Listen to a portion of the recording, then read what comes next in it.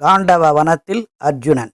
ஒருமுறை அக்னி பகவான் காண்டவ வனத்தை அழிக்க விரும்பி பிரம்மனிடம் தனக்கு உதவி செய்யும்படி கேட்டுக்கொண்டான்.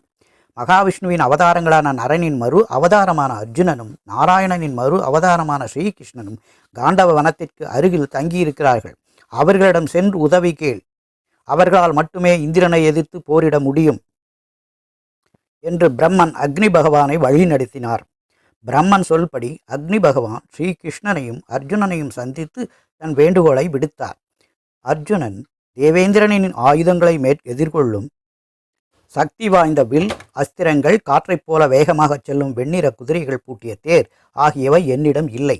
அவற்றையும் ஸ்ரீகிருஷ்ணருக்கு சக்கராயுதத்தையும் அளித்தால் நான் உங்களுக்கு உதவ முடியும் என்று கேட்டுக்கொண்டான். அக்னி பகவான் சோமனிடம் இருந்து வருணன் பெற்ற சிவனின் காண்டீபம் என்னும் வில், அஸ்திரங்கள், குரங்கு கொடியுடைய தேர் ஆகியவற்றை வருணனிடமிருந்து பெற்று அவற்றை அர்ஜுனனுக்கும் சக்கராயுதத்தையும் கதாயுதத்தையும் ஸ்ரீகிருஷ்ணனுக்கும் அளித்தார். அர்ஜுனனும் ஸ்ரீகிருஷ்ணனும் துணை நிற்க அக்னி பகவான் வனத்தை எரிக்க ஆரம்பித்ததும் தன்னுடைய வாக்கை காப்பாற்ற இந்திரன் தேவர்கள் புடைசூழ வானத்தில் இருந்து மழையை பொழிந்து வனத்தில் நெருப்பை அணைக்க ஆரம்பித்தார். அர்ஜுனன் வானத்தையே தன்னுடைய அஸ்திரங்களால் குடைபோல மூடி மழைநீர் நெருப்பை அணைக்காமல் தடுத்தான். இதனால் சினம் கொண்ட தேவேந்திரனும் தேவ சேனாதிபதியான முருகனும் மற்ற தேவர்களும் அர்ஜுனனையும் ஸ்ரீகிருஷ்ணனையும் தெய்வீக அஸ்திரங்களால் தாக்கினர்.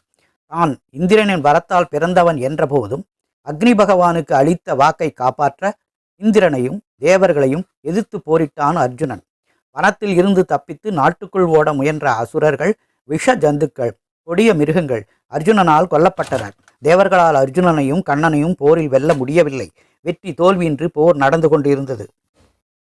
அப்பொழுது தேவேந்திரனிடம், நீ வாக்களித்த தட்சகன் எவரும் அறியாமல் குருட்சேத்திரத்துக்கு தப்பித்து சென்று விட்டான்.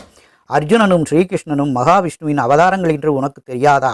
அவர்களை போரில் வெல்ல முடியுமா?